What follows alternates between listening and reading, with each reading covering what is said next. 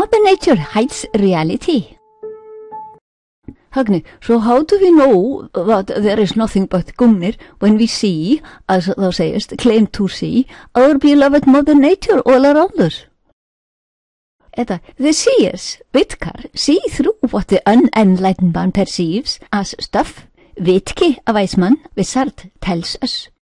For the enlightened Einherji, even the darkest night is like a bright day, because he really sees that all-permeating Ginnungagap in everything, sees it as his own pure consciousness. The enlightened man might even claim the crude man's vision of a bright day and shining stuff to be only like darkness of night.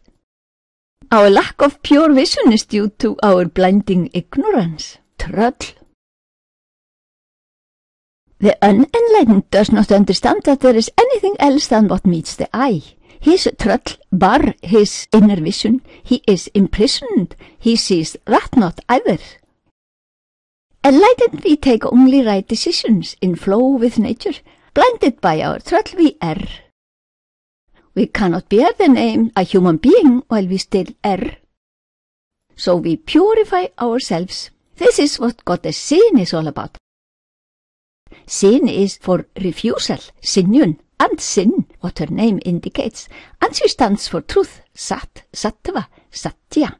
She is a sieve, our sin sieve. Only when becoming pure can we enter Glasir, the golden-leaved forest. The sin's impurities enter not. All men should be enlightened, so that they will seek only the highest. All girls and all mothers have to be enlightened, pure, so they can direct all men upwards towards the supreme.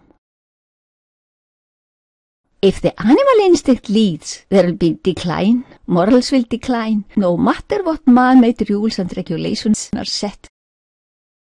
We now know that our Mother Nature is a mythia, not so much for real, only seems to be something tangible. We make her in our head, out of Gungnir. Gungnir vibrations is all we perceive. So she is mythuia, wrongly thought to be some stuff, some material world.